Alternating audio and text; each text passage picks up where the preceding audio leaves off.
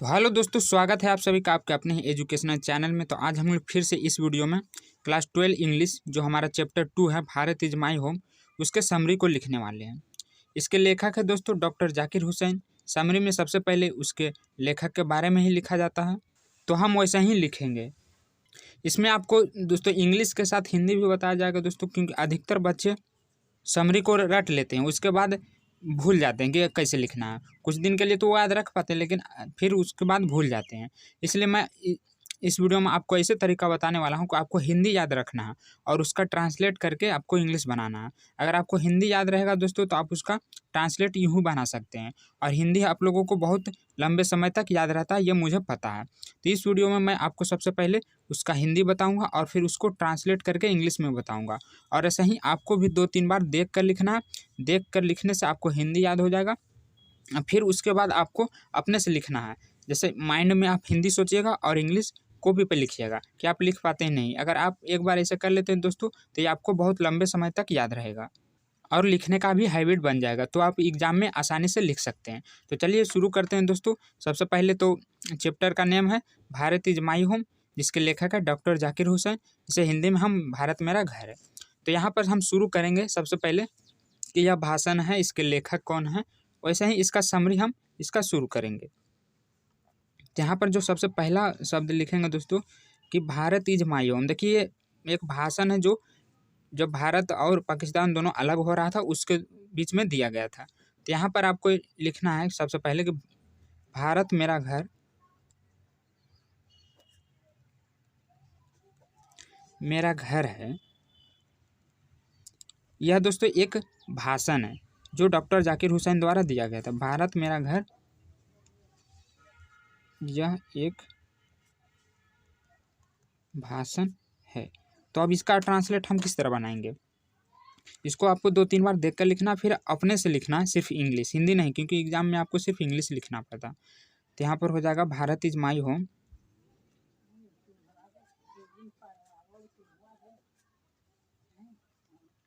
इतना हो गया। भारत मेरा घर, यह एक भाषण है, तो this is a speech, this is a speech. तो ये हो गया इसके कि क्या था। उसके बाद इसके लेखक को लिखेंगे। तो यहाँ पर दोस्तों यह डॉक्टर जाकिर हुसैन, इसके लेखक जो है यह डॉक्टर जाकिर हुसैन द्वारा लिखा गया है। अब इसका हम ट्रांसलेट यहाँ पर बनाएंगे। तो सबसे पहले हम बनाएंगे शुरू और लास्ट वाला के, यह लिखा गया। तो यहाँ पर दोस्तों हम इट का प्रयोग करेंगे। इट इज, लिखना का क्या होता है, लिखा गया है। रिटेन बाई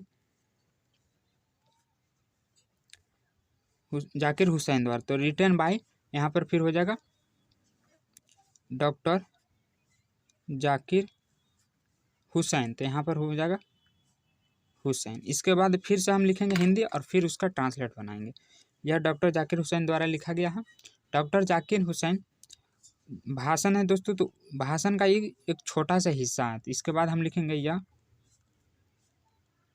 भाषण का एक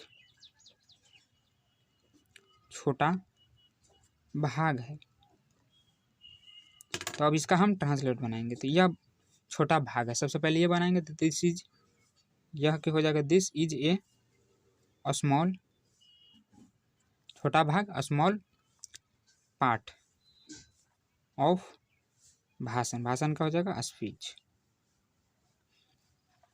इसके बाद लिखेंगे दोस्तों डॉक्टर जाकिर हुसैन का छोटा भाग है। यहाँ पर वे उस समय एक राष्ट्रपति थे, तो यहाँ पर उसके बारे में भी लिख देंगे कि डॉक्टर जाकिर हुसैन, डॉक्टर जाकिर हुसैन कब लिखते हैं, डॉक्टर जाकिर हुसैन उस समय भाषण दिए थे। कब, 1900 लगभग दिए थे दोस्तों 1967 में, 1967 में राष्ट्रपति थे। तो यहाँ पर सबसे पहले बनाएंगे डॉक्टर जाकिर हुसैन राष्ट्रपति थे। तो यहाँ हो जाएगा डॉक्टर जाकिर हुसैन थे, यहाँ हो जाएगा वाज, और राष्ट्रपति के क्या होता है, प्रेसिडेंट, प्रेसिडेंट। प्रेसिडेंट इन 1970 में, तो यहाँ पर हो जाएगा 1967। इसके बाद हम लिखेंगे कि वे कहते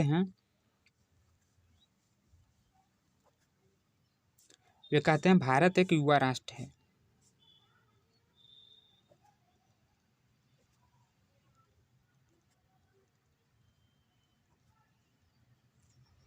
तो यहाँ पर फिर क्या हो जाएगा, वे कहते हैं सबसे पहले बनाएंगे ही सेज,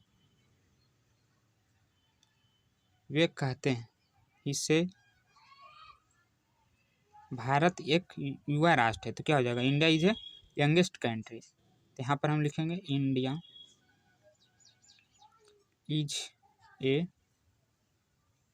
यंग कंट्री, या नेशन भी आप लिख सकते हैं यहाँ, लेकिन कंट्री ज़्यादा बेटर रहेगा। उसके बाद लिखेंगे वे कहते हैं भारत एक युवा राष्ट्र है, वे महान राष्ट्र के लिए विकास का काम करेंगे। वे इस महान राष्ट्र के लिए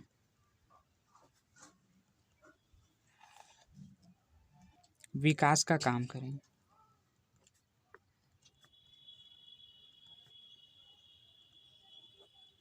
तो यहाँ पर सबसे पहले बनाएंगे वे काम करेंगे, ही काम करेंगे। तो यहाँ दोस्तों ही के साथ विल लग जाएगा, ही विल वर्क, वर्क माने काम करना, वर्क फॉर दिस महान काम के लिए। तो महान के क्या हो जाएगा, ग्रेट नेशन या कंट्री। इसके बाद लिखेंगे वे भारतीयों को सलाह देते हैं, वे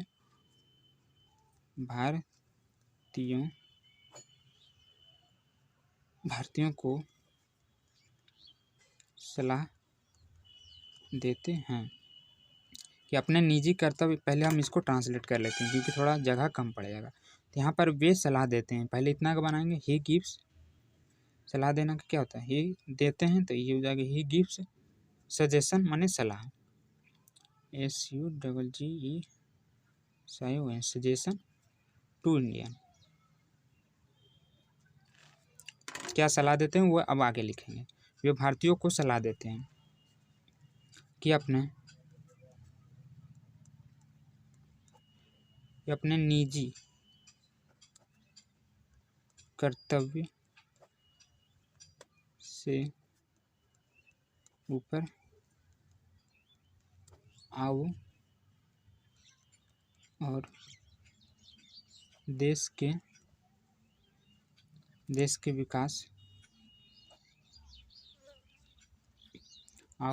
के विकास के लिए काम करो।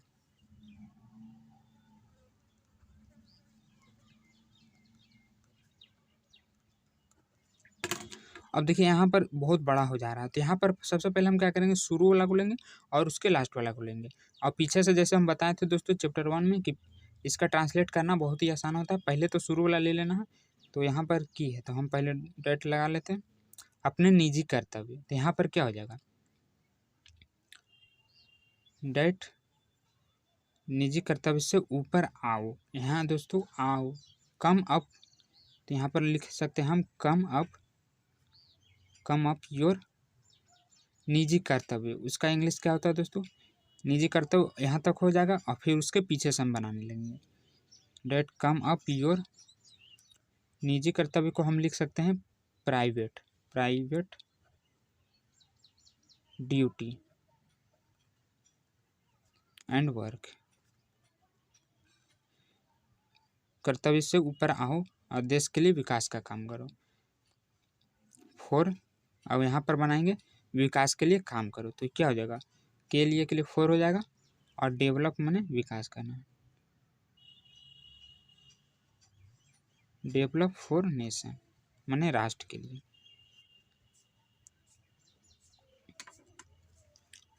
अगला स्टेप में लिखेंगे हम भारत में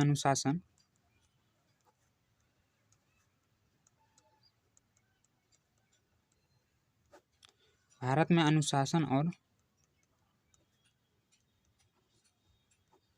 नैतिक विकास की आवश्यकता है।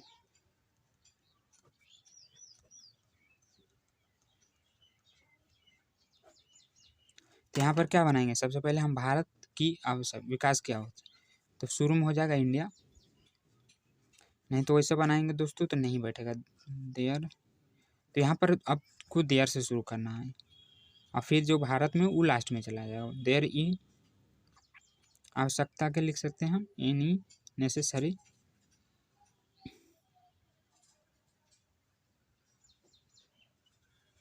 नेसेसरी ऑफ, अनुशासन के क्या होगा, अनुशासन के यहाँ डिसिप्लिन लिख सकते हैं, डिसिप्लिन हो जाएगा, डिसिप्लिन एंड अनुशासन और नैतिक विकास। तो नैतिक विकास का क्या होता है दोस्तों, हाँ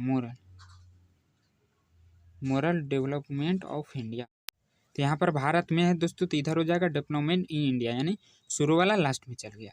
उसके बाद लिखेंगे 1-2 स्टेप और, ताकि इसमें 100 वर्ड हो जाए। कम से कम 100 को लिखना रहता है दोस्तों। आप क्वेश्चन पेपर में देखेंगे तो उसमें लिखा रहता है कि कम से कम 100 से 120 के बीच में लिखिए।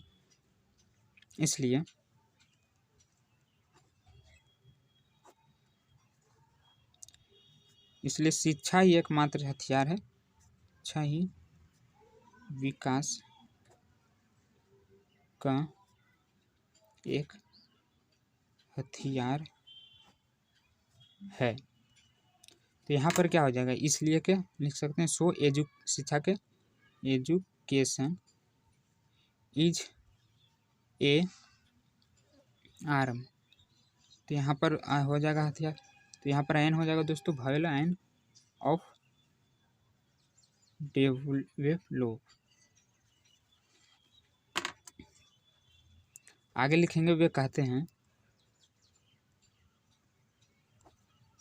हैं हम लोगों को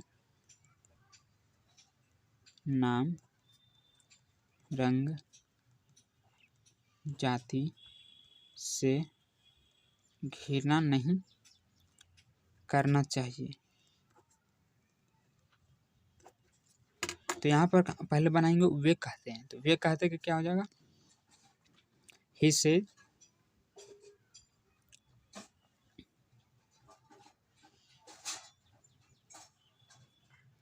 कहते हैं कि डेट वी। अब यहाँ देखिए, हम लोग नाम जाति से घृणा नहीं करना चाहिए, तो पहले हम लोग नहीं करना चाहिए इतना बनाएंगे, फिर उसके पीछे से ले चलेंगे, तो हो जाएगा डेट वी करना चाहिए। तो यहाँ पर चाहिए के लिए दोस्तों लग जाएगा शुड, और फिर इसके पीछे से चलेंगे, तो क्या क्या था, घृणा नहीं करना चाहिए, जाति रंग, तो यहाँ पर हो जाएगा क्या, शुड नॉट हेड, घृणा का हुआ, और फिर इसके बाद नाम के नेम हो जाएगा, and hate name, should not hate न घृणा, फिर जाति, तो यहाँ पर हो जाएगा name and colour and caste. इसके बाद जब अब इसको लास्ट कीजिएगा तो थोड़ा अच्छा बात लिखिएगा, जैसे कि पढ़ने वालों को लगे कि हाँ ये बच्चा पूरा चैप्टर पढ़ा तभी पूरा लिख पाया। तो यहाँ पर लिखेंगे हम, और हमें सच्चे हृदय से देश की सेवा करनी चाहिए। तो यहाँ पर क्या हो जाएगा, एंड वी करनी चाहिए, वी सर्व माने करना, सर्व कंट्री विथ, देश के साथ। यहाँ पर लिख सकते हैं दोस्तों आप विथ के लिए सच्चे हृदय यानी प्यार, तो इसका हो जाएगा ट्रू, सच्चे हृदय, हृदय का ट्रू हार्ट, यहाँ पर टी हो जाएगा।